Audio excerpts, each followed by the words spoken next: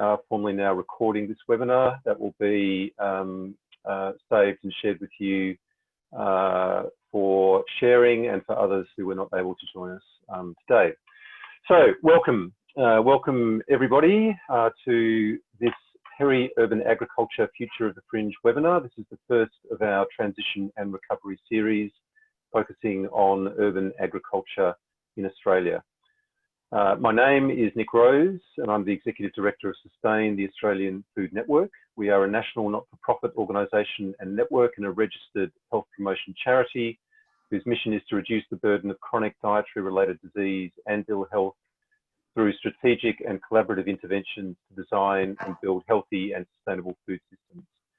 We're thrilled to have nearly 90 people registered for this webinar, including more than 20 members of Sustain. Before proceeding any further, I'd like to acknowledge the traditional owners of the land where I am, the Wurundjeri Woi-wurrung and Bunurong peoples of the Kulin Nation. I'd like to acknowledge and pay my respects to their elders, past, present and emerging, and to any First Nations persons who may be with us today. So today we are extremely fortunate to have with us two of Australia's most distinguished experts in the field of peri-urban planning and policy, Emeritus Professor Michael Buxton and Associate Professor Andrew Butts of the School of Global, Urban and Social Studies at RMIT University in Melbourne. They will be sharing with us the key findings and insights from their recently published book with CSIRO Publishing, Future of the Fringe, The Crisis in Peri-Urban Planning. They will each speak for approximately 15 minutes, after which we will have 40 minutes or possibly more for questions and discussion. We are conscious that there's a great deal of wisdom and experience amongst those attending this webinar, so we're keen to leave plenty of time for the vital issues that Michael and Andrew will present to be explored and discussed. As they are speaking, I would invite you to write your questions and comments into the chat box, and my colleague Georgia will collate these for Michael and Andrew to respond to after they finish presenting. You'll also be welcome to unmute yourselves to make comments and ask questions and contribute to the discussion. However, we do ask that you do keep yourself muted at all times unless you are speaking. And just a reminder, the webinar will be recorded, so if you don't wish to be visible, we'd ask you to turn your video off. So in order to set the scene, I'm now going to ask Georgia to play a short video that we made earlier this year with the Sketch Group. It's an animated video which introduces the field of sustainable food systems and the work of Sustain. Thanks, George.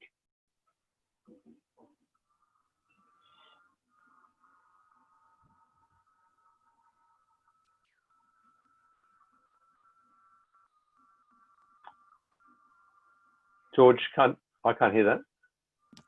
Probably need to unmute myself for you guys to hear me as well. Here we go. Let's try again, shall we? People, food, the planet. Everything is connected.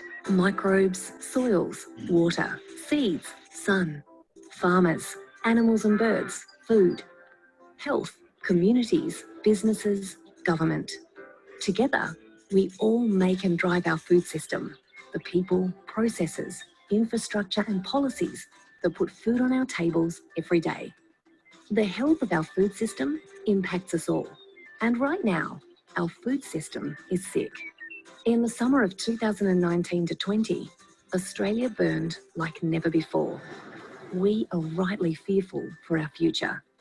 We see species loss, increasing poverty and food insecurity, growing mounds of wasted food, drought, farmers leaving the land, and panic buying, leaving the supermarket shelves empty. All this is connected. It's complex and confusing. But now we need to think about our food system in its entirety, about what it takes to feed ourselves. And we need to act. What do you know about the food you eat? Who grew it and where? Who picked it, transported it? Who processed it and what was added to it? Who sold it? Who made money from that food? And who didn't? What happens to the food that's not eaten? Sustain answers these questions. We're a think and do network specialising in designing and building sustainable and healthy food systems. We work with governments and community leaders to help map local food systems and develop evidence-based and achievable policies and programs.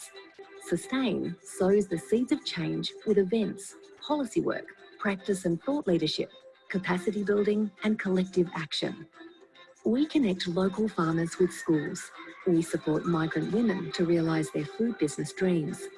We give people, councils and organisations the tools to help them become empowered food citizens, supporting healthy communities, people and ecosystems. This is powerful and important work.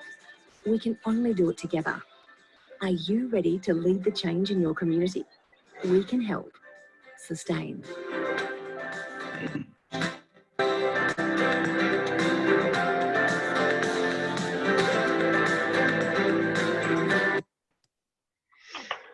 Thanks very much, George. So just before I do hand over to Michael and Andrew, just want to complement that video by sharing with you our vision for a healthy and sustainable food system in Victoria and Australia.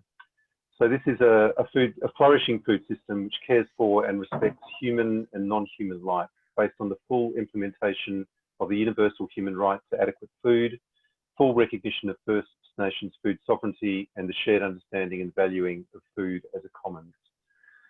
Concretely, in terms of implementing that vision, we are looking for a Victorian, and indeed across every Australian state and territory and nationally, a comprehensive food systems and food security strategy generated through inclusive, participatory and democratic processes across all sectors and across the community. One or more centres for regenerative agriculture to support the transition to methods of farming that regenerate land, water and biodiversity and support farmer livelihoods. Edible neighbourhoods with healthy produce growing throughout towns and cities, and universal food systems literacy from primary school onwards. And of course, you cannot have a sustainable and healthy food system if you do not have the land base and the sustainable ecosystems in order to produce that food. And that's really the subject of today's webinar, where we are very fortunate to be joined by Emeritus Professor Michael Buxton and Associate Professor Andrew Butt from RMIT University to share with us the lessons, insights and significance of their recently published book with CSIRO Press, Future of the Fringe, The Crisis in Peri-Urban Planning. So Michael Buxton is Emeritus Professor of Environment and Planning at RMIT University, and Michael has published extensively for many years now on peri-urban issues and is one of Australia's leading experts in this field. Andrew Butt is an Associate Professor in Sustainability and Urban Planning at RMIT University with a background in planning practice and research on rural and peri-urban issues. We're very grateful to both of them for making themselves available to share with us their insights in this format for the next hour and 20 minutes. So please make them very welcome. And first of all, Michael is going to speak to us for the next 15 minutes. Over to you, Michael. Thanks very much, Nick and Georgia, and thanks for facilitating this this seminar. And welcome everybody. Thanks for taking the time to participate. Andrew and I are conscious that there's a lot of expertise among you, and we'd like to just kick things off with some ideas to generate a bit of discussion, and we're as interested in your contributions, very much so. So we want to leave plenty of time. So I'm just going to go through some of the key issues around peri-urban planning as they relate particularly to agriculture. And then Andrew will look in more detail to some of the Australian sectoral issues around peri-urban and agriculture issues. So just to begin, I think what Nick said before is absolutely right about the time that we're facing at the moment. What does it really mean for the future of agriculture in our peri-urban areas, and will politicians and decision makers take this opportunity to re-examine the resilience of the systems that are already in place and really look at the growing practices and the transport functions and the sale of produce through supermarkets and so on, and how that compares very unfavourably in many ways to more traditional, locally based systems in many other countries. So I think it's really up to us to be really putting the pressure on decision makers to be using this opportunity to re-examine the adaptability of our systems to the coming change that we know is going to happen. Fundamental change is going to happen in this country and across the world, and we don't want to go back to business as usual where that business as usual doesn't work. So our peri-urban areas are incredibly important for the future of cities, but also in themselves as for viable ecosystem and agricultural production landscapes and resources generally. They really serve a range of incredibly important functions for the urban dwellers, but also for those residents that are lucky enough to live and work in those areas. And they really have global significance. I went to a conference in Toronto a few years ago where this was really examined in detail, and the lack of any proper interacting global networks that through, say, UNEP or any other UN or other organisation that really elevates these areas as a collective global resource is striking.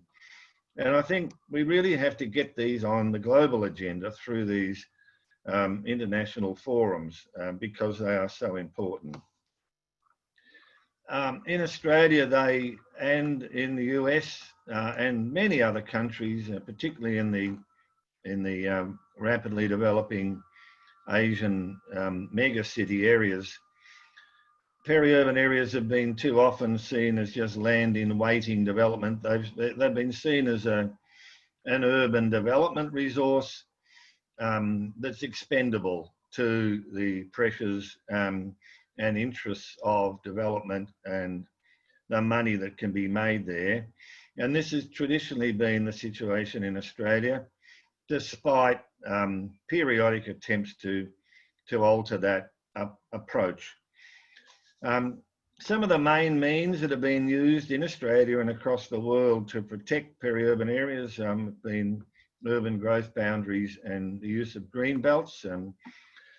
We don't have time to go into detail on those, but a great many countries and cities in those countries do use urban growth boundaries. They are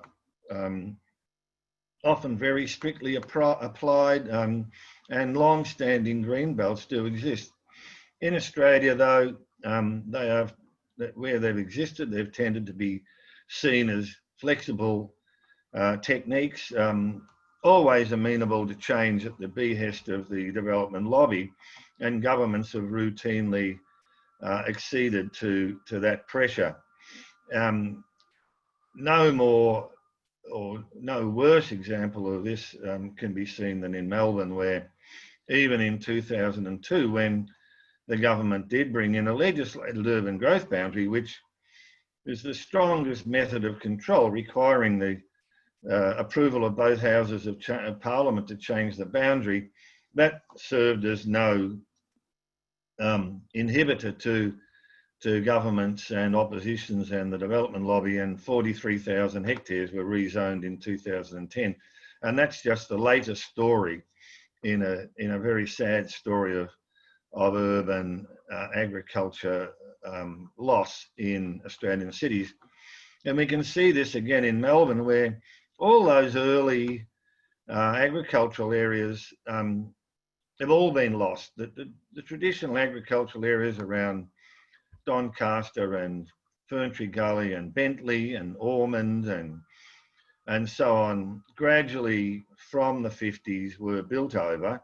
And this was some of the most productive land in the state. And the pressure has never been taken off. If you look at the Werribee South area, landowners there continually form themselves into lobby groups to pressure the council and the government to rezone even your areas like Werribee South, which is certainly one of the most productive and important intensive agricultural areas in Australia. So the pressure never leaves. And I think it really is time that the words that governments talk about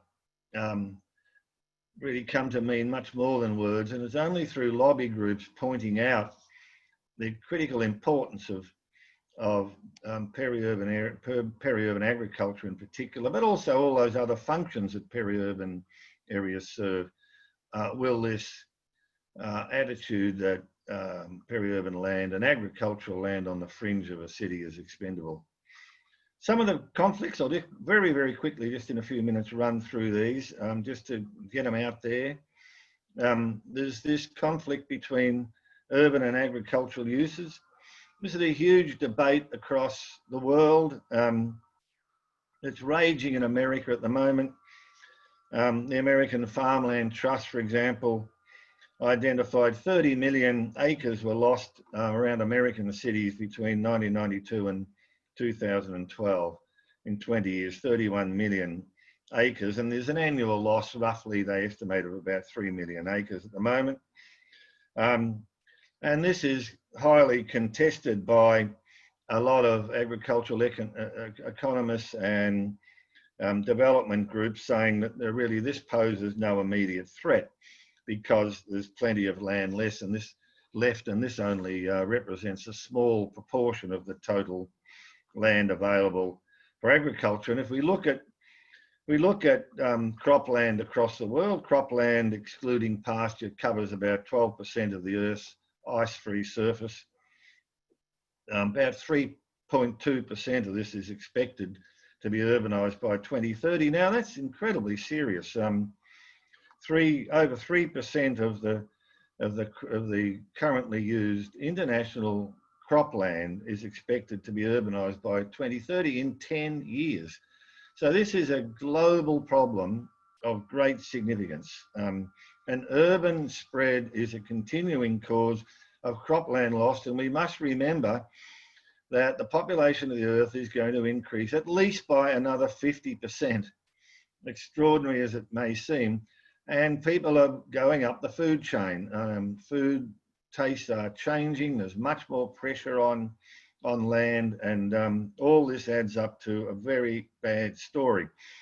I think that the debate around this, just looking at it in terms of acreage, minimises the problem, because the effects of cropland loss around cities are worsened by differential regional effects. In a lot of cities, the land around cities is the most valuable, most productive land, and there's often very little other highly productive land that's able to be used. So there are different regional impacts. There are efficiencies of scale in having food being produced close to a city.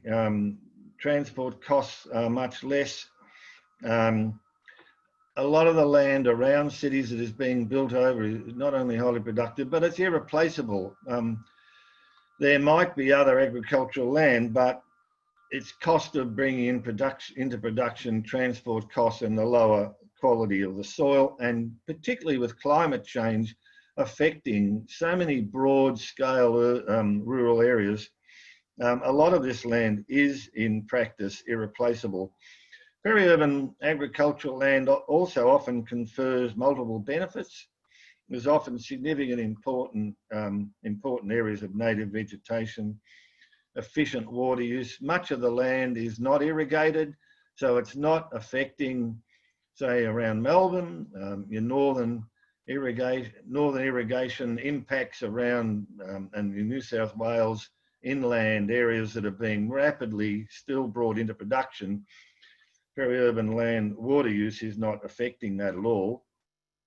And I think critically, the loss of this land affects the capacity of societies and cities to adapt to fundamental change. We know this is coming, and the critical importance of local food, not dependent on vulnerable food chains and other costs, is increasingly going to be important. So I think for all these reasons, we must really work hard on governments to identify the critical importance of peri-urban food production. Just in another couple of minutes before I stop, another couple of important conflicts. I think this conflict, this controversy that just goes on forever between peri-urban land as production or consumption landscapes. That many of you will be familiar with this. A lot of agricultural economists and others have given up on peri-urban land, and land close to Melbourne is just give it over to non-productive rural residential high amenity uses. And this completely ignores the importance of this land as a productive and its productive capacity. The Melbourne green belt and surrounding areas, for example, is the second most productive agricultural region in the state. It's not just an area that people go and consume the environmental and amenity values. It's highly productive land, and it's potentially even more productive. I think this notion of amenity landscapes is good and bad. I mean, they're high amenity landscapes, and we should celebrate this. They are. They're wonderful places to live, and they hold important value for urban dwellers. There's a lot of evidence now that this notion of livability relating to amenity landscapes is going to be even more important. They really serve in a function for urban areas as well as local areas for interacting with nature and identifying with rural pursuits, leading to higher personal satisfaction and adjustment. There are significant health benefits and assistance with identification with areas, prevention of alienation. All these functions are very important because of the high amenity, but we shouldn't just give them over then as amenity landscapes in this sense that they're just for people to consume. They are still productive. This big debate that's particularly happening in London at the moment around the British green belts, multi-purpose and versus a homogeneous uses, is an incredibly powerful lobby group around in UK cities now trying to get into the green belts around cities and to use them for development and to turn these peri-urban areas and the green belts, the traditional green belts, into multi-purpose uses. So they define multi-purpose uses in very broad ways. As I said before, peri-urban areas and particularly your inner areas serve very important multi-functional uses in a rural-related sense. But the debate in England is to turn them into development areas, open them up to developers, and still try and keep some kind of productive capacity. And I see them as totally contradictory. So there's some of the issues. I think just to finish up, it's very important not to forget the importance of regulatory controls on protecting peri-urban agriculture and these other values. And governance is critical. Local government is vital here. State government seems to have lost the plot. The planning agency and government has given over rural planning to tourism and so on. And unfortunately, the agriculture interests in the department, in the state government, don't protect agriculture as well as they should, tending to see a landowner's view in terms of realising a gain. So it's incredibly important for, I think, interest groups to put pressure on and not to forget the importance of regulatory systems in this neoliberal environment. I know it's tough, but we've got to keep at it. So Nick, there's some introductory thoughts, and I'll move over to Andrew, and we can perhaps come back to them later. Thanks very much. Terrific. Thanks so much, Michael. Yeah, I think just to finish up your point there about regulatory controls and the role of government would be great. And I'm not sure if Andrew's going to touch on this in his comments, or if not, we can pick it up in discussion. But there has been a process at the moment, hasn't there, a consultation that's been out regarding the protection, the identification and protection of high value agricultural land in the peri-urban areas. So it'd be great to have your thoughts about that process and where it's got to, and what the prospects are in terms of some positive outcomes. But yeah, we'll hand over now to you, Andrew, if you want to share your screen and take us through your presentation. Thanks, Nick. I might just talk for a moment about a couple of issues, and then I'll move on to what I had there, which was some presentation of some data, basically, to talk about. But following on from what you and Michael just said, I think what's interesting is that that background to how we are where we are now in terms of planning for peri-urban land and generally for rural land and agricultural systems in Australia. So obviously, you know, the backstory there is the idea that we have made a transition in planning from a very directive model of land use planning in the mid-20th century particularly, which aligns strongly with a fairly directive model of agricultural industry policy, particularly around investment and centralisation of decision making. And I think that movement away from that way of doing planning is partly what Michael's been discussing. I'll take the view, of course, that that's a reality that we have now, and what we do need to consider is the way in which what's essentially an urban planning set of tools in our planning systems around Australia actually have possibilities to work in rural landscapes, and particularly in those contested rural landscapes around our largest cities. So what we end up with is that tension between a range of agricultural outcomes and agricultural possibilities, which are usually framed as being decisions about agriculture or not agriculture. And I want to bring in one other problem here, which is that we have multiple agricultures occurring in these places. And that's one of the key complexities going on, is that we have agricultural industries at commodity scale, we have food-focused agricultural outputs, and we have what we might call almost experimental agricultural systems, all competing for space often in these landscapes.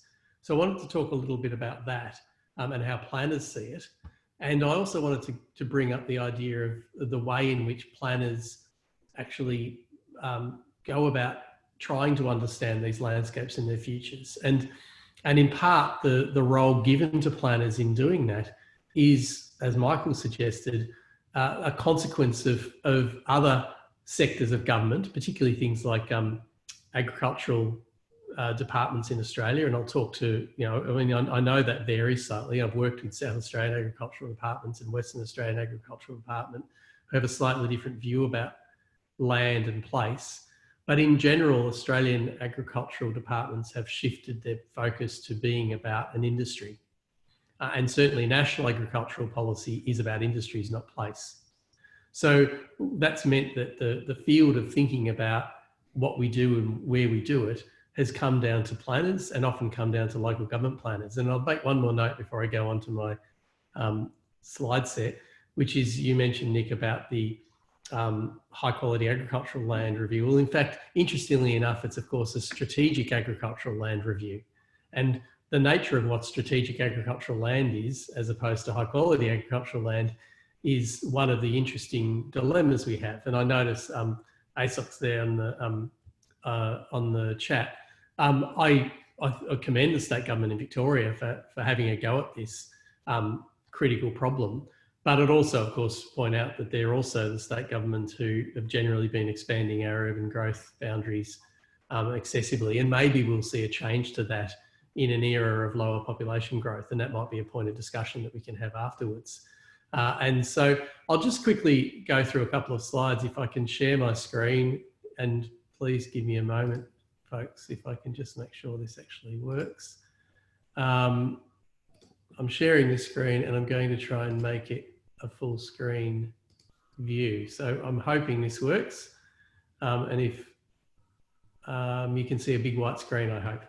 So I just want to start with the classic problem, of course, of what we're thinking about here. And when we're talking about peri-urban landscapes, in Michael and my book, we're really talking about quite extensive places, not simply just that land on the very edges of Australia's largest cities, but rather we're talking about quite extensive landscapes where the influence of metropolitan processes of population growth and metropolitan land markets particularly are leading to very different outcomes for those spaces than would typically be seen in other rural areas. Now, this is a map of population growth and decline over the decade to 2016 in Australia. Many of you would have seen something like it. Green is growth and the yellow is decline.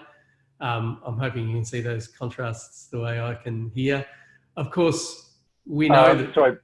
Sorry, Andrew. I'm just seeing a blank screen at the moment. I'm not sure if that's. Yeah. You need to go into the second page, or yeah.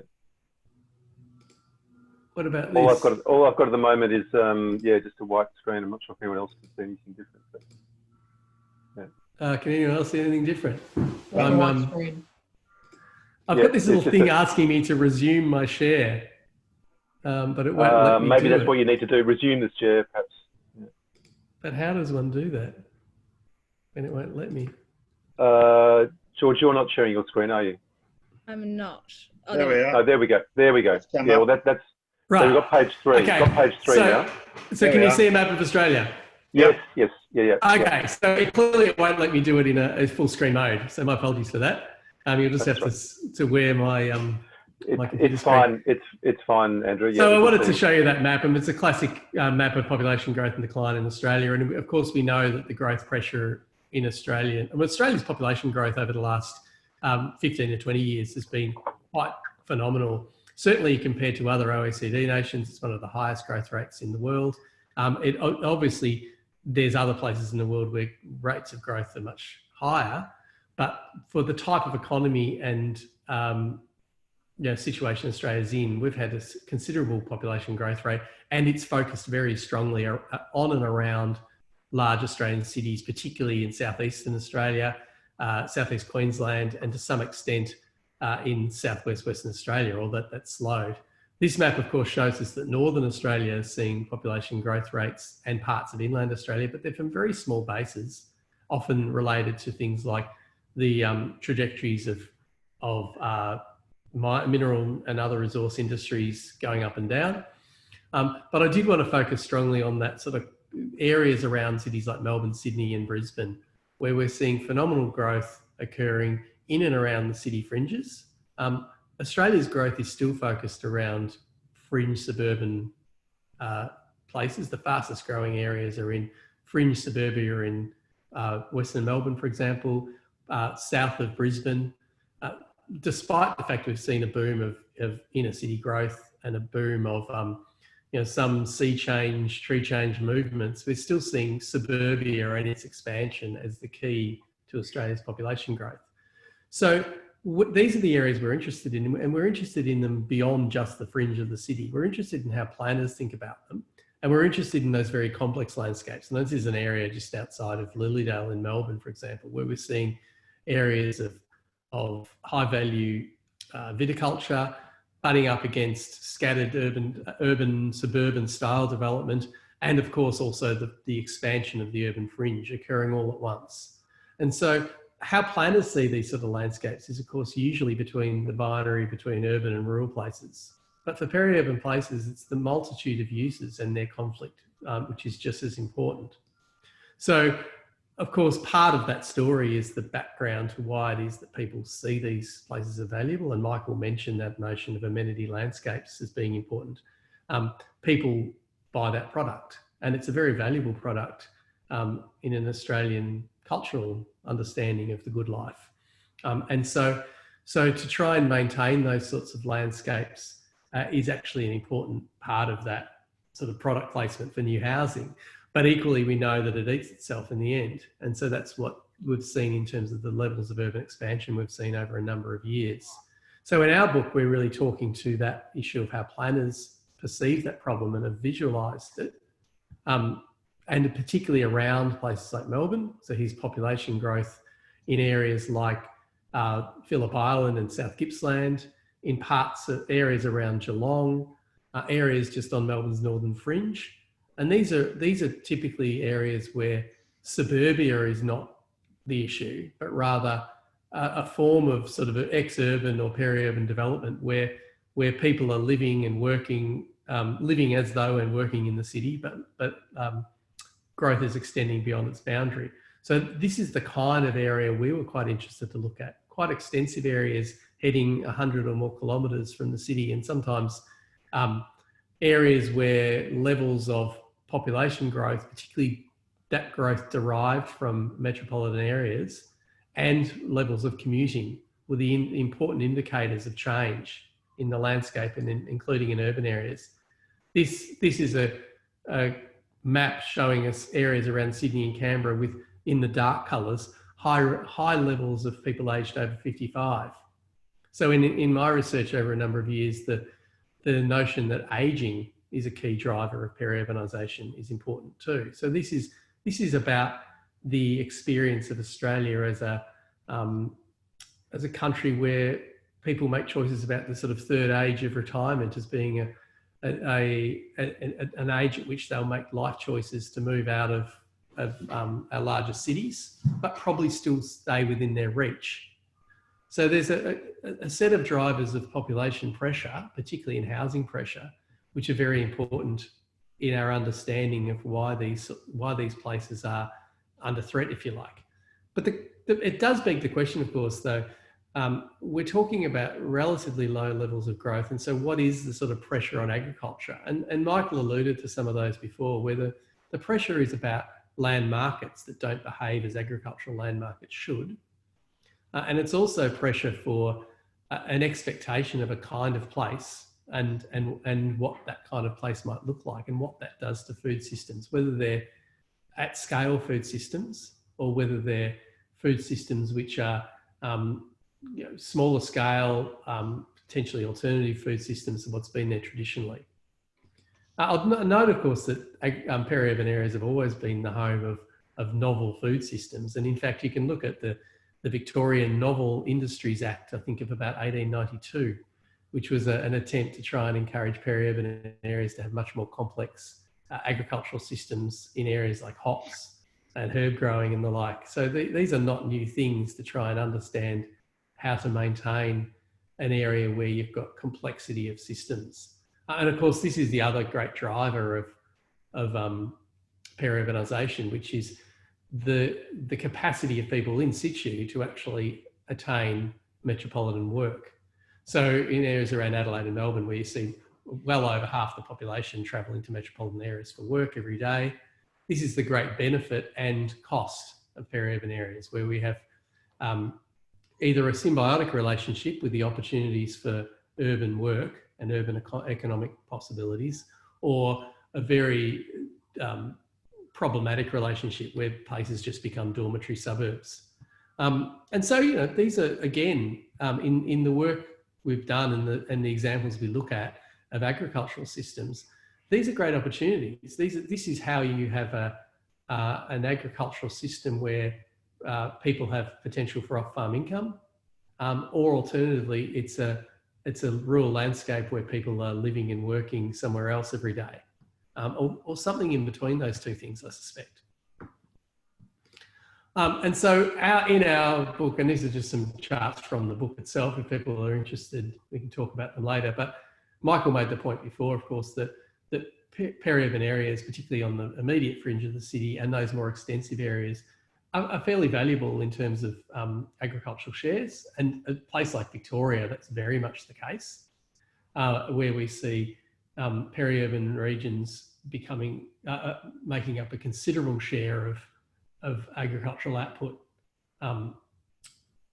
particularly around those examples like poultry meat, orcharding, horticulture, but also some high value industries, cut flowers, which, maybe not food, but the examples are high value wine grapes, and much higher value per hectare wine grapes than we see in irrigated northern Victoria, for example.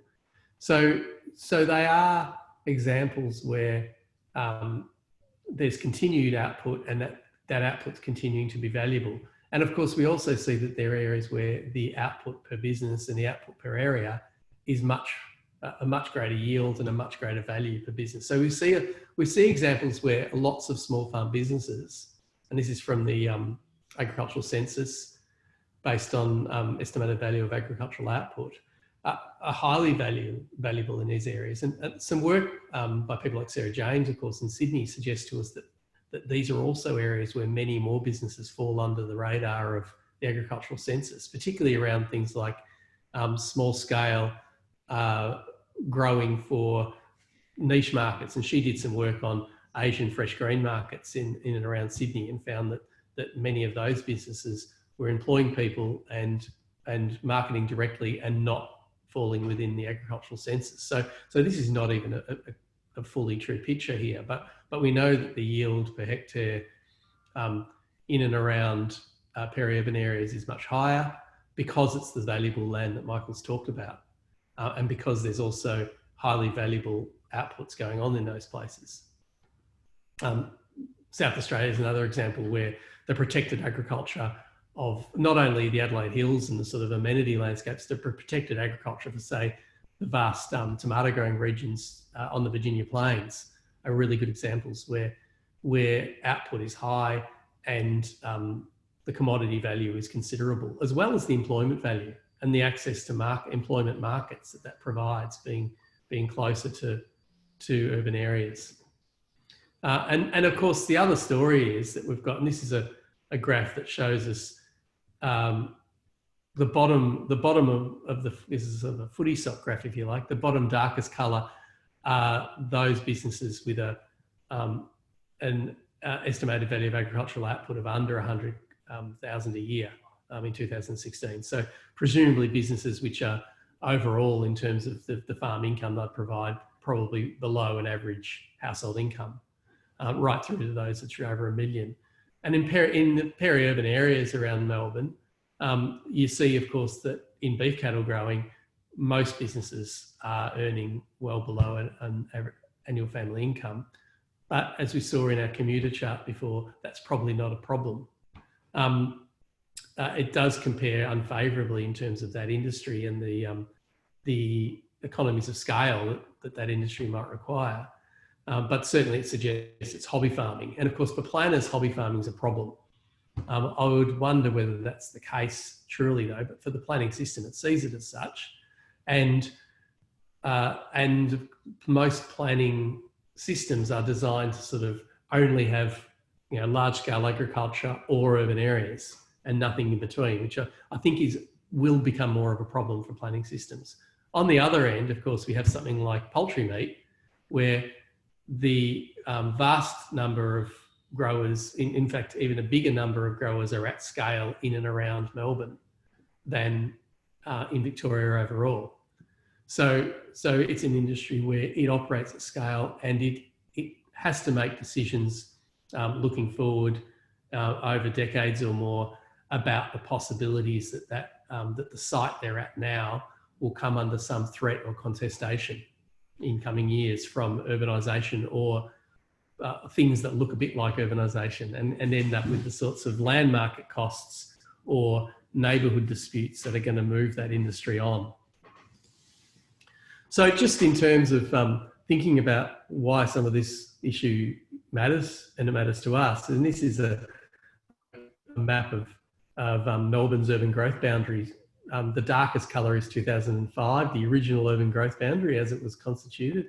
And of course, we see that it's constantly changed. And by 2019, we've got a lot of what the planning system likes to call logical extensions, which have basically taken up quite considerable areas north to Wallan, for people who know this area, the areas between Melton and Melbourne, the areas that around north of Western Port Bay, which includes quite a number of areas that have got high value agricultural systems, and the Cardinia work that I know you've been involved with, Nick, talks to some of those areas and the threat presented by this sort of growth. This is the product of a city which has grown at almost 1 million people over a decade or so. So almost the population of Adelaide over 10 to 15 years. But also I would argue, and this is an argument we can have, I think it's also the product of a housing system which is broken and requires housing affordability to only be achieved by releasing ever more land.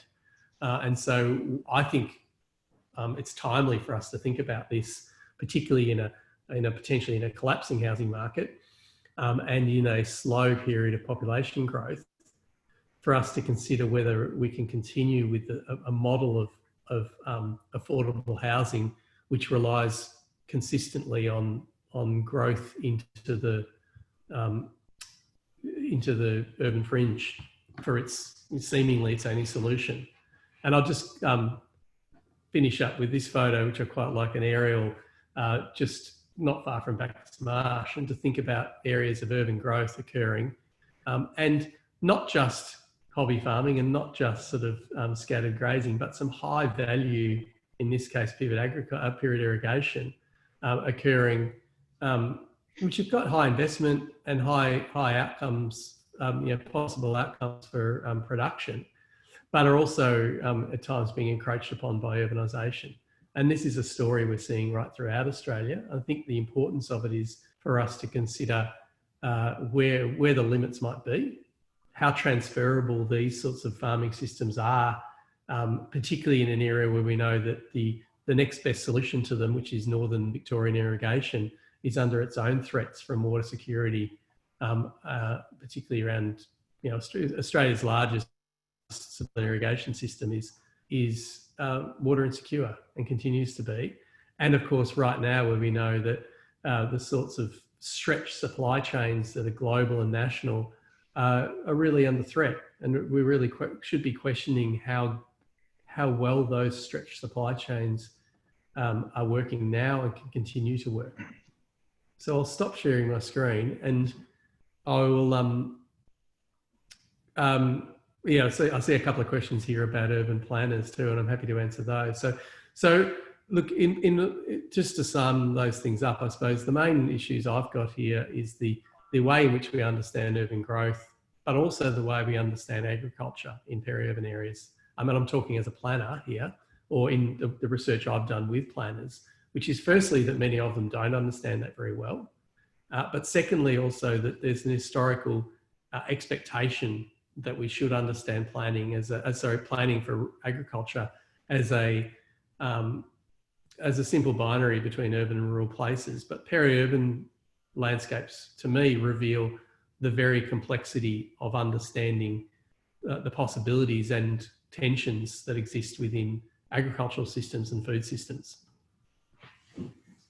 Fantastic, Andrew. Thanks so much. I mean, you've sort of covered so much there, and with Michael also raised so many really fundamentally important issues that deal with, some pretty profound questions that are really important for all of us in terms of existing and future food security, the integrity of the food system, dealing with the climate change challenge, and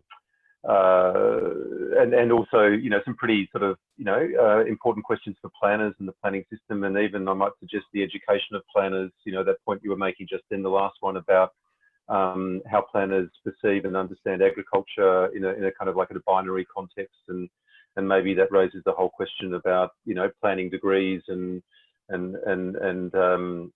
planning philosophy in Australia that is time for a bit of a rethink. I should add, Nick, my students don't. Yeah, I wouldn't have thought so. All right, so there have been a number of comments and questions in the chat, George, that you've been looking at. So maybe if you could pick up on those first of all, and then we can have it thrown open for a general kind of discussion and contribution, because there's so much here to explore. I think the first question was from Sophie Jamison, which I've just reposted now. Hopefully everyone can see that. Yep. Wonderful. You want me to talk on that? Let's do it, Michael.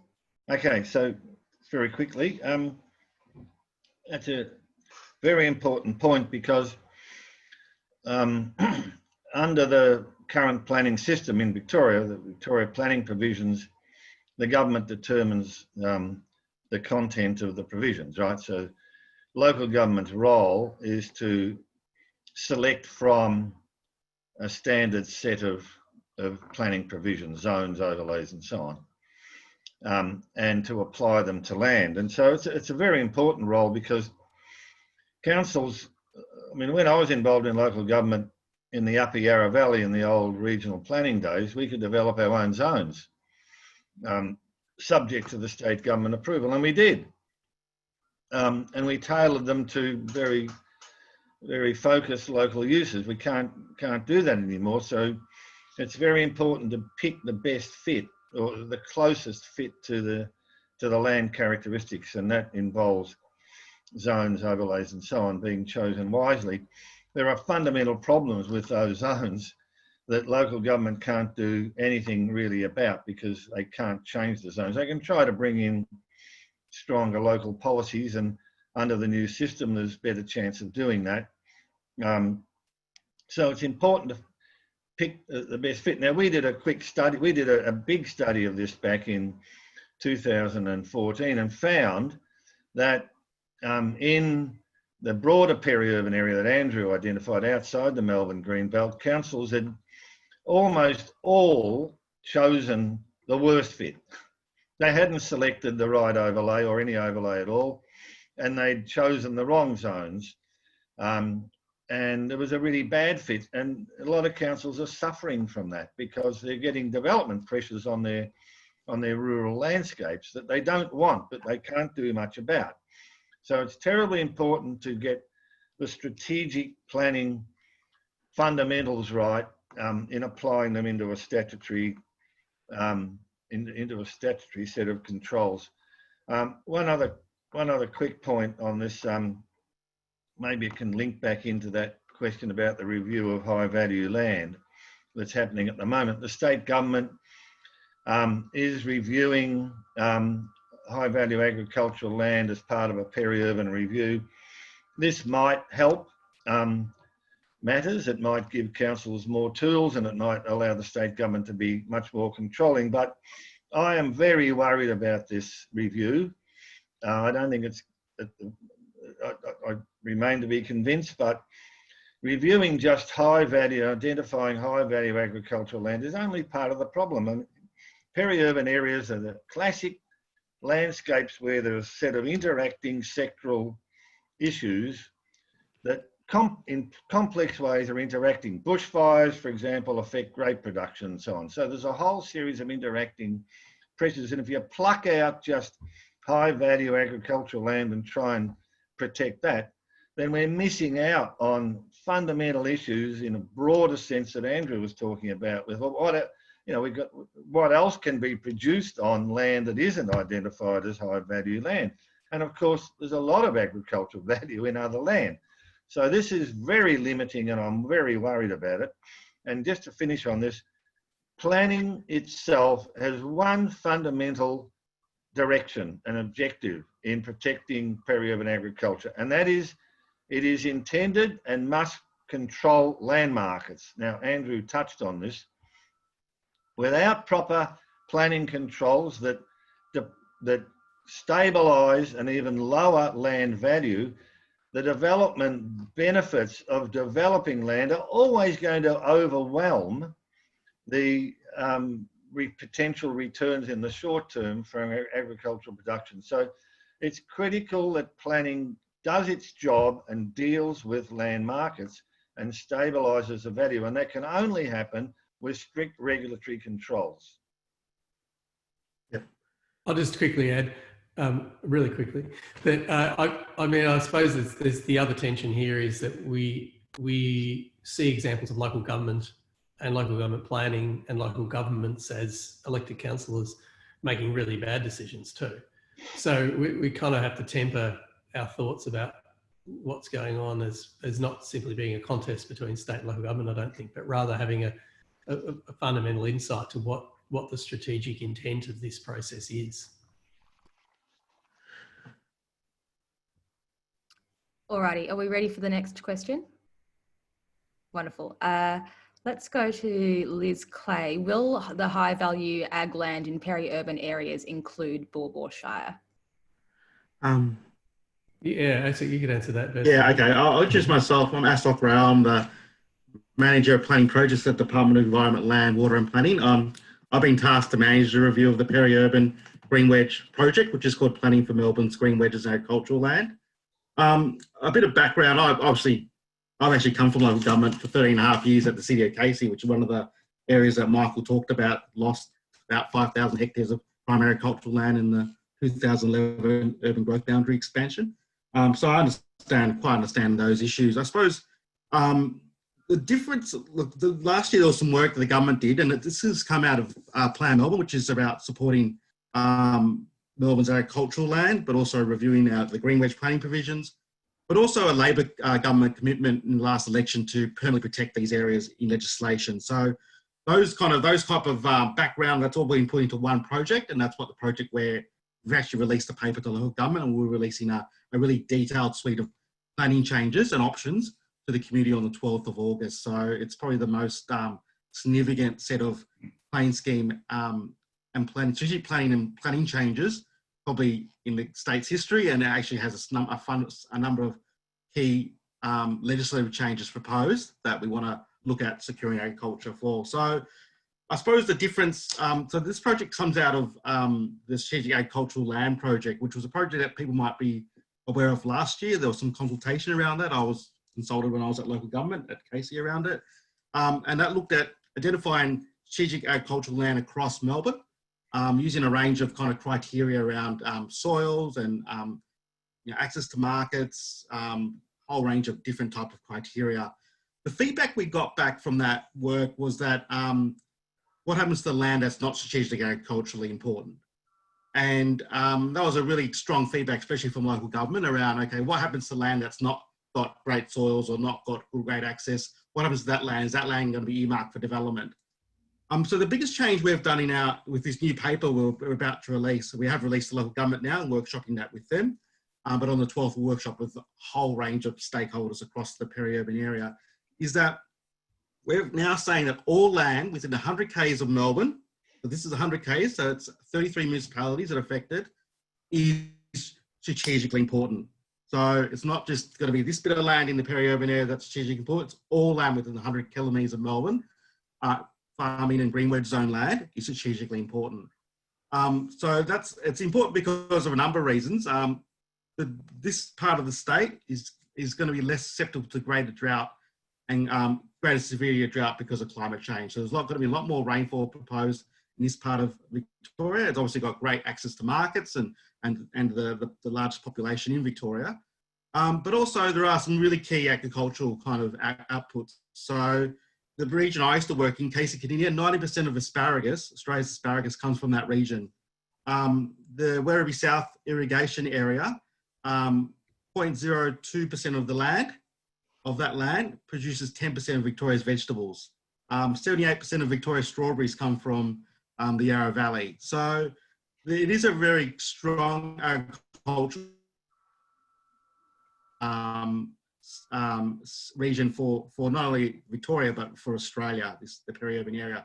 So one of the key things we've focused is trying to stop the pressure from urban development into these areas and recognise the importance of water and securing a secure water supply around that. So the paper, when released on the 12th of August, will have 46 really planning options to protect green wedges in peri-urban areas.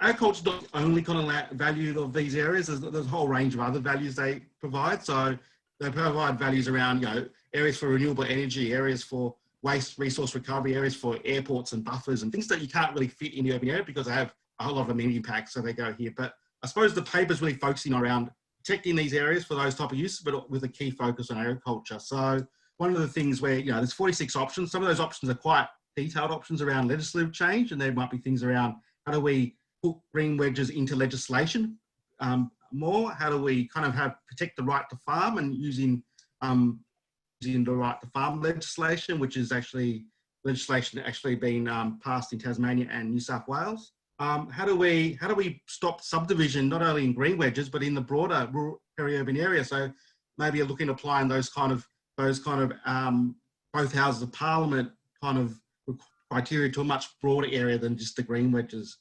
To how do we really lock in those irrigation districts? So there's obviously these new and emerging irrigation districts, which are recycled water precincts, and an example would be Werribee South or Bacchus Marsh. How do we make sure they're protected in the future long-term in state policy, but also potentially through a new overlay that will protect them and lock them into the future? And there's a range of changes around, reviewing the VPPs, making farming a much stronger activity in the VPPs, giving farmers a bit more value-add activities around things like farm gate sales and things like that. And then the kind of more strategic part of it is how do we improve the design and development around these peri-urban areas? There's obviously a lot of conflict between things like schools and churches and things like that, or places of worship that go into these areas now, especially in the green wedge, and they conflict with kind of agricultural areas. How do we kind of provide local government enough kind of guidance and to manage those kind of applications and try to limit them from going into those broader agricultural areas. So there's some kind of changes to the VPPs in regards to that. And finally, there's a bit of work around working with local government to prepare green wedge management plans and actually potentially even legislating them to be prepared, but also working through with councils on how they can better practice and better plan for those agricultural areas and so on, and doing some practice notes on how we can make better decisions to promote agriculture. Because one of the things we've found from talking with stakeholders and with local government is there's very inconsistent decision making across a range of peri-urban uses, but in particular around agriculture. And finally, one of the things we are proposing is there's going to, how do we work with Agriculture Victoria, which are our kind of project partners, and how do we kind of work through giving better advice to planners around some of these agriculture. So we're potentially looking at an expert advisory panel that would look at giving advice to plan authorities and responsible authorities, which are local government, on how to make better decisions around agriculture and urban agriculture. And that picks up from, there's already a panel around intensive animal industries that local government can access. So, so I suppose from some of the questions, when we moved away from strategic agricultural land, all land within the peri-urban area, we had to take a boundary of 100 kilometres, and we're happy to get some comments and feedback when we release the paper on that. 100 kilometres from Melbourne, we looked at. The other bit of work that's happening in the background is how we might look at a broader study with Agricultural Victoria about all land within Victoria and which of those other parts of Victoria are of strategic agricultural importance. But I suppose the biggest kind of difference from looking at particular land is that we're saying that all land in the right conditions can be supported for agriculture. So we moved away. So all that land with 100 k's of Melbourne, and it goes all the way up from up towards Ballarat to pass into Surf Coast Shire, into Baw Shire, into South Gippsland, and then also up into Murrindindi and Mitchell. They're all important. Great, thanks very much for that really full explanation and information and for sharing all of that. I really appreciate that. George, we've got some more questions. Absolutely. So the next one is from Lim. The planning system says protect, protect, protect, but planners don't know what this land is being protected against. So there are two approaches depending on the government: approve everything or refuse everything. How do we create that bridge between the planning controls and a changing agricultural sector so that the system is serving farmers in the peri-urban area? And I'll have a go at this if you want. I quite agree. I mean, it's there's an issue here which is about that contestation. So you can open the newspaper in most places around Australia in peri-urban places, and there'll be a sort of an argument about who won against the council by getting a house permit, for example. And you can see this, throughout Australia in different peri-urban regions. So there's this contest going on, or planners versus the council laws fighting. And I've seen examples where it was literally reported as planners versus councillors and who was winning. In South Gippsland, there was an example of that a few years ago. The planners trying to stop new housing, the councillors trying to approve it.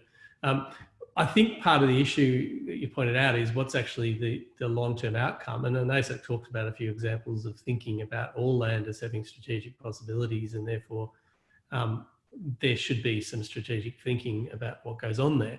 There's often not.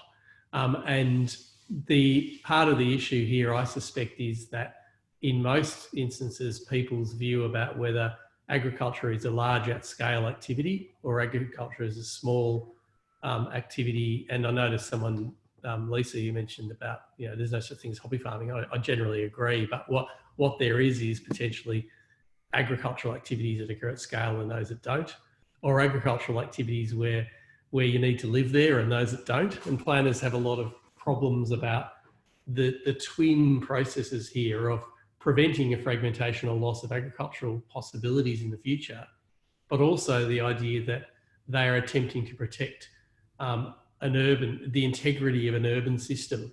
And if people are kind of living up somewhere where the rubbish is being collected, or they're driving here, and there's another comment about traffic, then the urban system, the integrity of the urban system is lost. And so there's a sense in, I'd say in the planning discipline, that there's there's an efficient urban form and there's an inefficient urban form, and there's a protection of agricultural possibilities and there's the loss of agricultural possibilities. And so in their broadest sense, planners are attempting something which is probably largely impossible, which is that we have a contained urban form and that we have an fragmented and open possibility of future agricultural adjustment.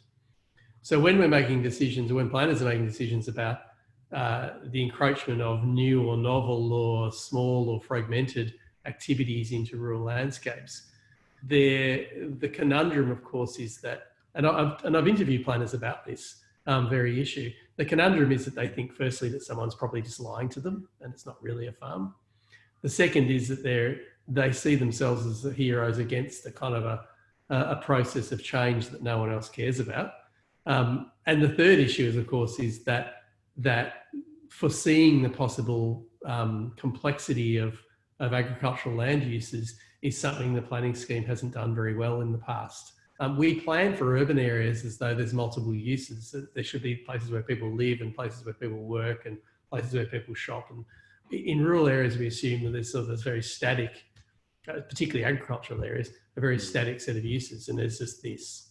Whereas we know that, of course, a million birds in a cluster of poultry sheds is very different to someone running, small scale beef cattle without much impact.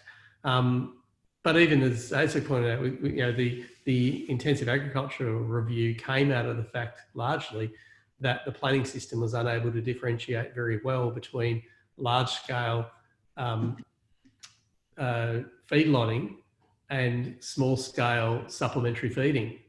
It struggled to define that difference adequately for the sorts of farming activities that were occurring. So I think part of it, of course, is, and I go to another question here, part of it is about not just the education of planners, but the problems that we have in a siloed system where increasingly the place-based decisions about agriculture and food production as industries have been given over to local government planning, or to planning as a system of decision making, and the long history of place-based and community-focused decision making about agriculture that did exist in Australia throughout much of the 20th century has given way to a very industry-focused agricultural policy. And the example I gave of having a Department of Agriculture interest in planning is great, because they're really over in Victoria, and I know it's not quite the same in all Australian states, in Victoria particularly, over 20 or 30 years, they've really given up their responsibility for thinking about agriculture and food systems as being something that occurs in place. And so the drying out of irrigation blocks in northern Victoria and in the Riverina, the decisions to affect industries like dairy when they get fragmented and fall below scale in certain regions, all of those things are very place-based decisions that are made as though the industry is a simple kind of flat structure that can occur anywhere. But they occur in special places and specific places for particular reasons. And we can't avoid that geography. There's my geographer coming out. We can't avoid that geography of agriculture. Michael, did you want to add anything? No, Georgia, I'm okay. Let's keep going with the comments and questions. Excellent. In that case, Kelly Donati sent through, which you alluded to, Andrew, the question. Could you speak to the possibilities or opportunities of integrating an understanding of food systems into planning, education, or professional development? Is there a broad recognition that it is important, or is food still very much peripheral, excuse the pun, Kelly, I won't, to planning thinking? Yeah, I did allude to that too. And I think, there's a couple of issues here. One is that planning systems as they exist, it's questionable as to whether they are the best fit for decision making about these things. Is that whether decision making about the long-term trajectory of food systems being made about individual decisions on the ground in rural areas is, that's what it's come to. We don't have governments that go off and build the Heytesbury closer settlement system or whatever they were doing up until the 1970s anymore. So instead, these decisions are made at this level, and of course, markets make the decision. And Lynn brought up before the idea that planning systems have a peculiar interest in the viability of farming in ways that other systems don't, which requires a particular kind of understanding of economic systems and economic futures that for most other industries we don't enter into. Planners are never going to ask someone who wants to build a shop in a retail area, is that going to be a viable business? I mean, the demise of retailing is fairly obvious to us, but we still grant people permission to build shops in retail areas. But we take a particular interest in the viability of farming and farming businesses. And most of that goes to, as I alluded to before, the idea that planners are highly sceptical of people's motives wanting to live in peri-urban areas from their own view of a sort of an urban systems point of view, as well as from an agricultural land possibilities point of view. So planners, I think, do need more education about that. And I've spent the last 20 years focusing on that as a real focus of planning education.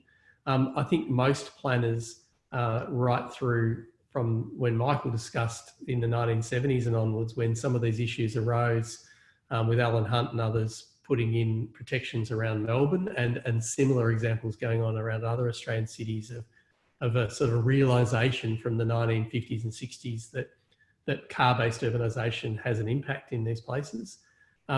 Planners started to fall into this problem and they started to become part of the solution to this problem, but it was always a sort of, I would argue it's always been seen as a sort of second-rate planning issue.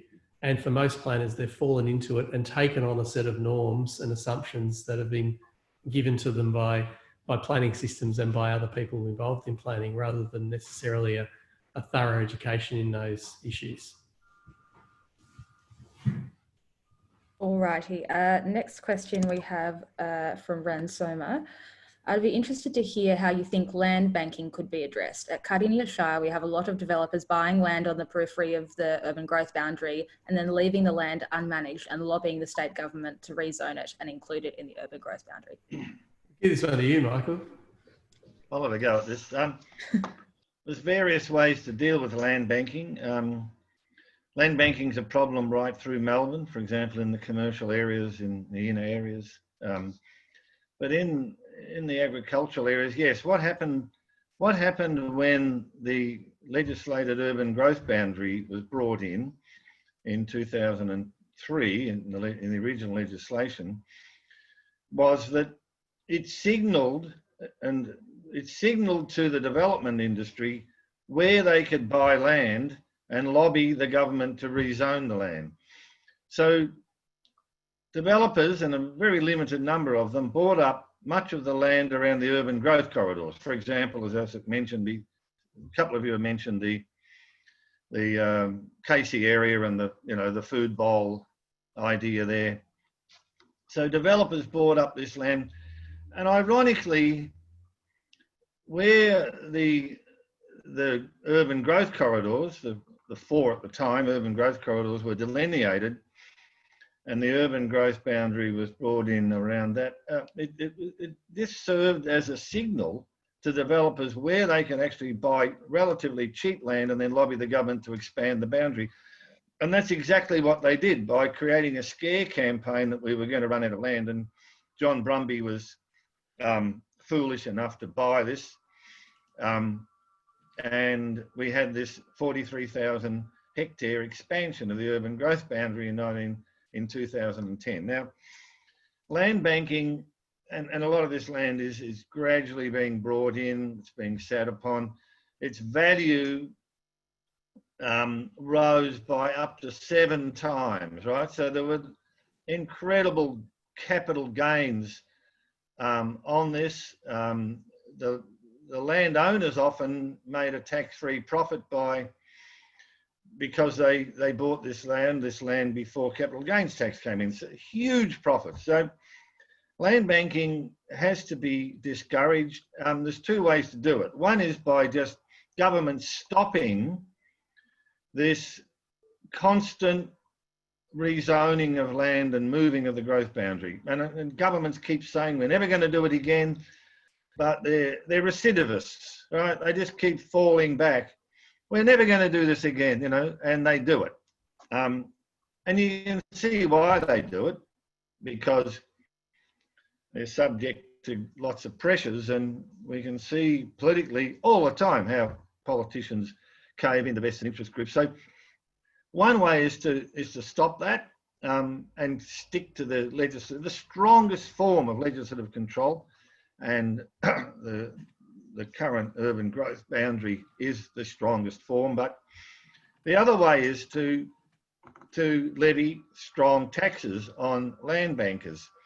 And governments just don't do this. They don't even levy proper taxes, much less bring in additional taxes. So people who do land bank have to be discouraged from doing it. And they're the two best ways. One is an economic and the other one is a regulatory approach. And, really strong, tough taxes on land bankers, and, there's various ways to do this, would have an immediate impact. It would mean developers would have to then weigh up the cost of hanging on to their land, even though they get a massive uplift in value when it does come into urban development. They can be strongly discouraged from doing this, and they may never do it, they may never get their benefits. So they're the two key ways to do it. And unfortunately, we've failed on both those counts. I'll just quickly add. Thanks, Michael. Sorry, I just quickly add. Yeah, go Andrew.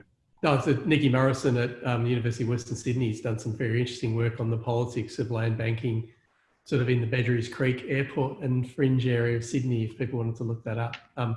It's a very interesting story of how these things play out in terms of lobbying, politics, and the sort of vision of a future of areas like Western Sydney and its fringe. Just wanted to clarify, because a question from Lisa Brassington next, but before that, just want to clarify, Michael, when you say levying taxes, is that something that is under state government as a land tax, or would local government have tax raising power through a special kind of application of rates and their rating jurisdiction? Good question, Nick. It could be done either way or both.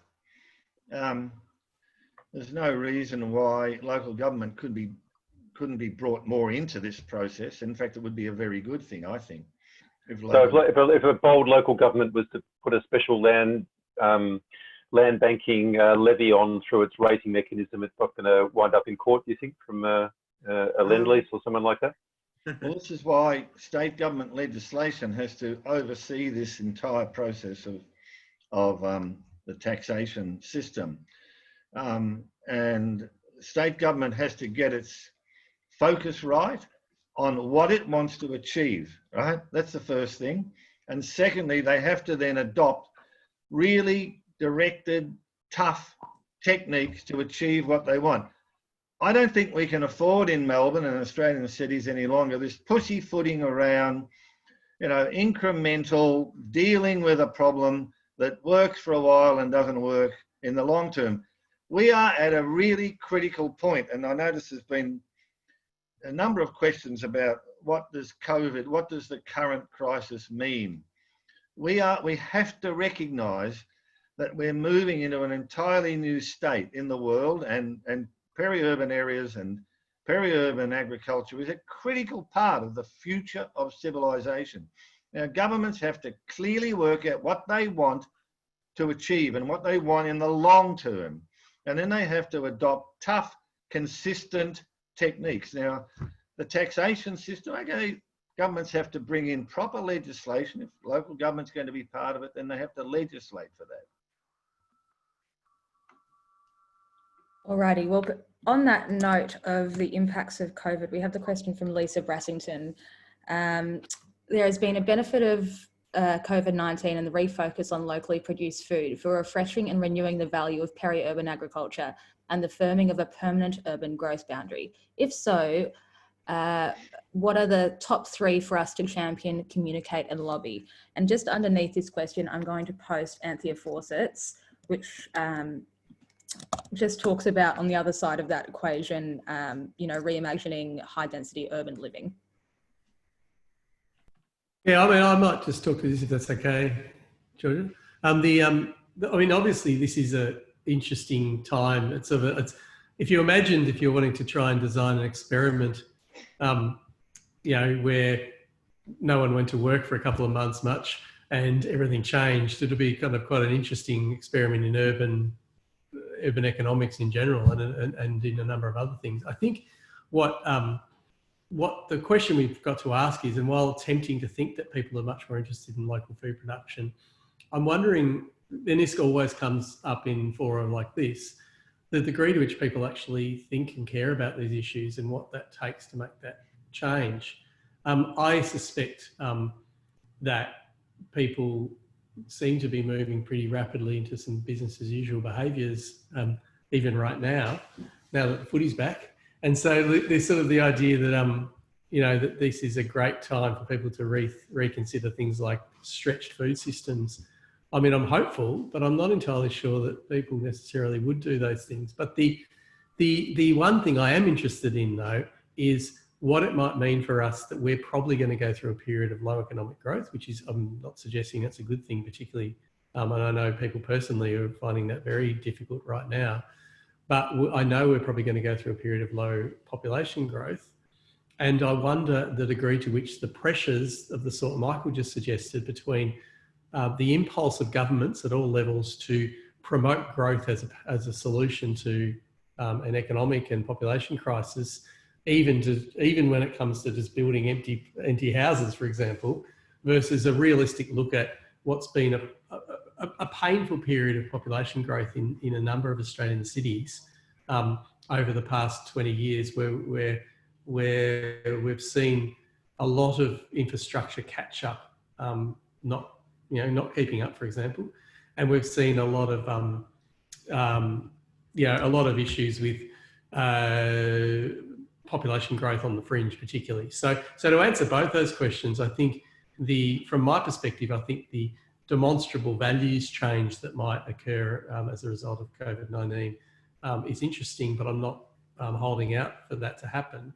But the demonstrable change in economic outlooks and population and migration outlooks particularly probably mean that we've got a point at which we can take stock and measure the sorts of ways we're seeing housing growth occur.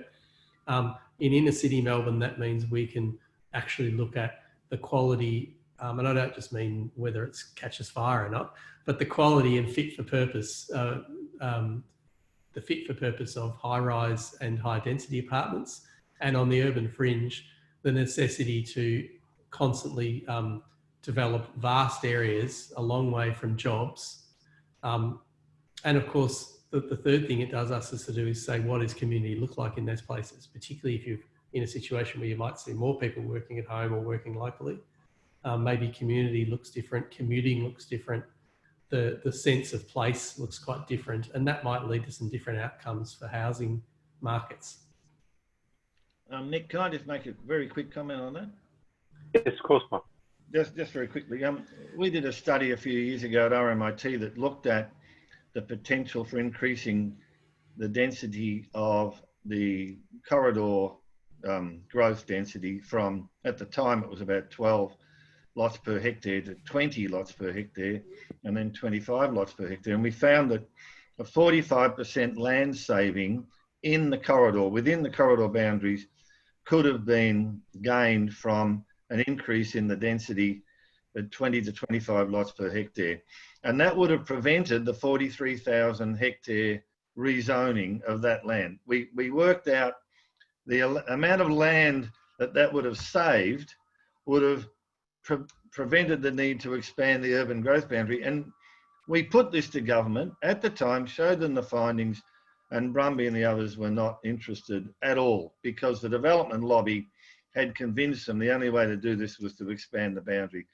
And by the way, you would have had a much better, much more integrated, diverse range of housing, and it would have been a much better solution within the boundaries as well.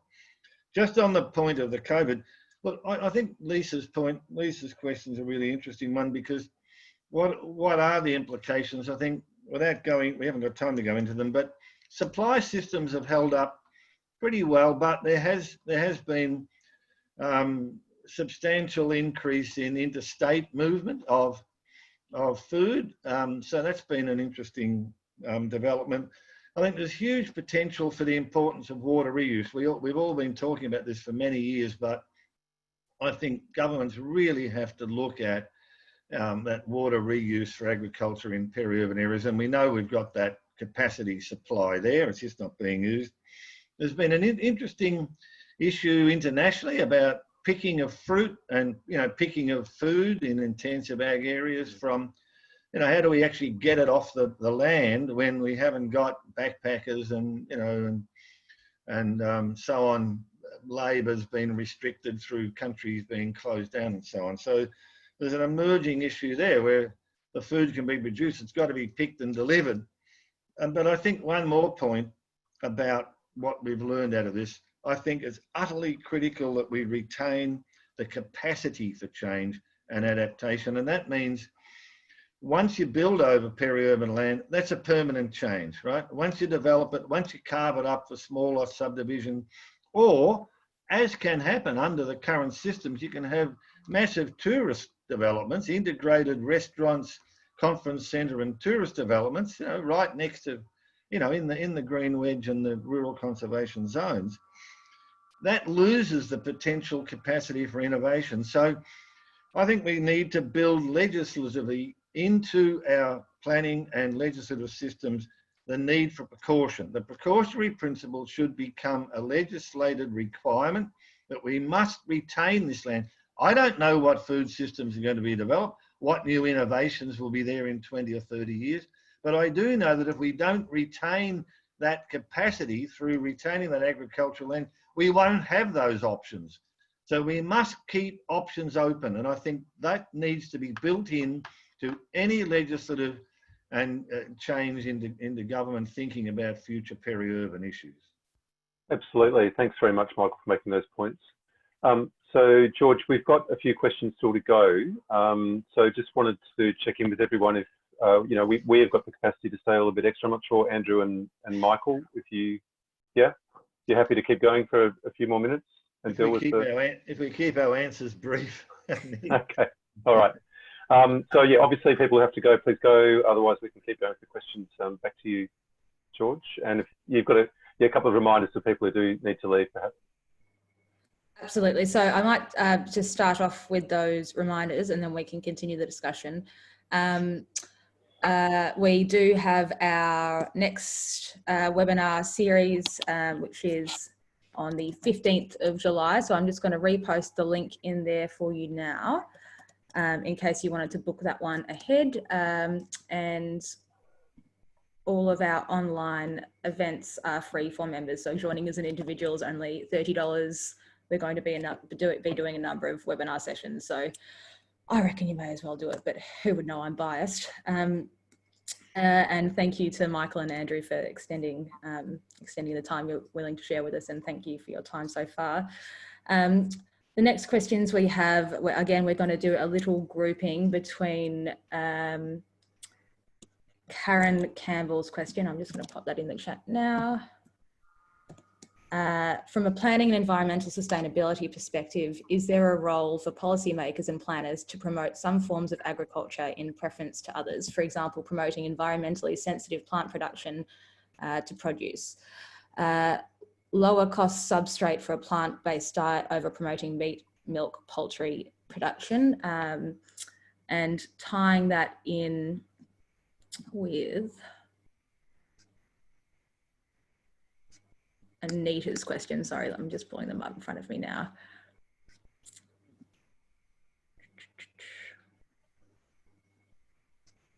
So it was Anita's question about public health issues as well. I suppose I just wanted to think through those together. Mm-hmm. I mean, this goes to an issue in planning systems generally, which is this idea that somehow we at once want a system where we make quite what are supposedly value-free decisions about things like what goes where, which are really about their their use, not being judgmental about whether it's better or worse or those sorts of things, but the actual reality that we know that certain practices have risks and benefits, possibilities, and so the example raised there, which you know, is it better or worse to have one agricultural system or another? Typically, the planning system, as it's positioned in terms of land use, really looks to those as being agriculture, and doesn't try and differentiate that which is, you know, more or less sustainable, for example. But of course, there is also elements of a planning systems that we see around the world where there's, if you like, bonus points for doing something which has got less impact than something that does have a greater impact. And that's not just the neighbourhood impact necessarily, but that might be an environmental impact. And we know examples like providing subsidies and credits for environmental impact in the European Union subsidy system is one example where people are rewarded for particular behaviours over others. The land use planning system, though, is sort of usually making a decision about what should happen somewhere from a sort of a very traditional set of categorisations of land uses. And so I think it's a good idea and somewhat ambitious to say that we should have one use and not another because of the values it brings to a place, or alternatively because of the risks that it brings, particularly in terms of, say, soil degradation or the like. One of the issues, of course, in that is, and this goes back to a question I had earlier, which is planners' trust or distrust of decisions or of proposals which purport to have certain values. And I'll speak as someone who I used to work in local government. I remember many years ago the difficulties we had trying to make a decision about a particular project David Holmgren had in Central Victoria. You know, as to whether it was as valuable as he was making a statement, and we trusted generally it would be, but then we also wondered if we were just going to have a rush of eco projects, and every second planning application would be an eco project after that, because suddenly people thought that was the way through something. And there's a lot of evidence from talking to planners that in fact is a fear they have, that everything brands itself as being an ecologically valuable thing. I know that that's the same in for example, in the UK planning system, where there's a strong tension between sort of eco villages and rural development, unwanted rural development versus eco villages, and the sort of tension that creates, and whether that's greenwashing. And so planners would sort of try and avoid making value judgments about those things if they could, because they wouldn't be very certain that they could trust that what's proposed is what's going to happen, or that what's being proposed is sort of objectively better than something else. Of course, we do it a little bit in terms of intensive agriculture particularly, but mostly that's around the potential for off-site impacts to neighbours and the like, rather than the intrinsic value it may or may not have to a production system or to a food system. All right, and we might make this our last question. Michael, you're on the hot seat, from Simon McPherson. I can never understand why the land is so much more valuable for urban development than agriculture, than is used so inefficiently by the developers. If higher density is much more efficient, why don't developers want to fit more on their land and therefore take up less land to accommodate growth? Very good point. We've also looked at this. We did a big study 20 years ago or so, and we found exactly that developers would make a lot more money from higher density development if they develop, say, urban corridor. I mean, the developers in the inner city know this because they build 50-story towers on small blocks. They know very well that they make a lot more money from cramming as much as possible in. But when you come to the outer urban areas, you've got to realise we have different land markets in Melbourne, inner, middle and outer. And the outer urban land market is incredibly conservative. We did a study where we went and spoke to every one of the major development companies, their principals and so on, and they were quite open about it.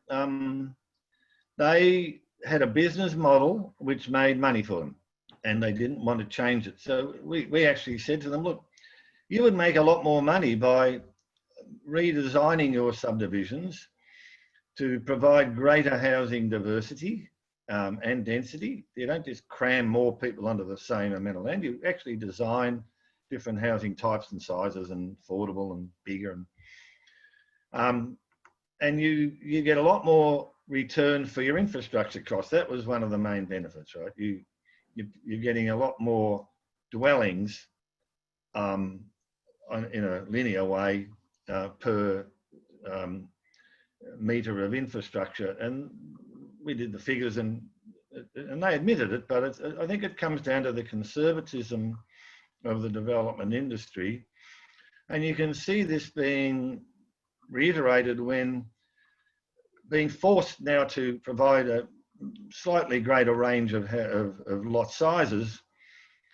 They have lowered their average lot size and to quite low level in some places, but they've tried to cram the same type of standardised housing on smaller lots. So now when you look at our outer urban houses, you're just getting roof lines almost to the boundary, 80% side coverage or more, boundary to boundary, often with your house coverage, your dwelling coverage. So cramming the same size houses onto smaller average lot sizes hasn't encouraged innovation at all.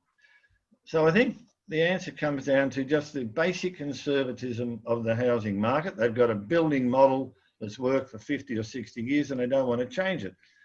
And again, governments have to force this change. Governments are very reluctant. Andrew gave the point of local government, and government doesn't want to get into telling farmers what they can farm. Governments have not wanted to get into telling the development industry what they could build. Why aren't we building why haven't we built a Copenhagen or a Stockholm or a Paris in our inner city areas? Because the government's left it to the development industry to decide that they make a lot more money out of high rise. Governments are very reluctant to intervene in this way, but unless they do, we're just going to get a repeat of the worst type of inappropriate land uses through construction on land itself, because the development industry does not want to change voluntarily, and I think government has to intervene to get that change. Great. Thanks very much, Michael, for that answer, and I think that's yeah, really a really great point on which to conclude, because I think it really makes the point very strongly, which you've mentioned a few times, that we've got a particular kind of model that's been locked in, and Andrew's kind of reflected on this also in terms of the planning profession and the way planners are trained and the way they're kind of enculturated and accepting things, taking assumptions for granted and norms and so on, and binary thinking. So there's there's some big challenges before us. I mean, I guess just to add on what you were saying there, Michael, I think it's been very much a feature of the last 40 years, in particular these decades of neoliberalism, where it's all very much about the market and this kind of almost unquestioning faith in the markets and the knowledge and wisdom of the markets and market-led development and so on. And government has got a bad name, and regulation has got a bad name. And we've lost sight of the concept of the public realm and the public good. But I think what today's really demonstrated is that we can't afford that kind of laissez-faire thinking any longer. The challenges and the crises are just too profound. They're too urgent. They're too critical. And we need a significant change of direction, and we all need to get involved as professionals, as practitioners, as stakeholders, as citizens, as members of community with an interest in this, to make it a political issue and force these changes and force them onto the agenda. So that's very much what we're about as an organisation. And, I know from, reading your book that's, and from hearing you speak and being familiar with your work, that that's, what you've been, the agenda you've been championing now for many decades. So this is a moment of opportunity. We could sort of keep doing the same thing we're doing and repeating the same mistakes and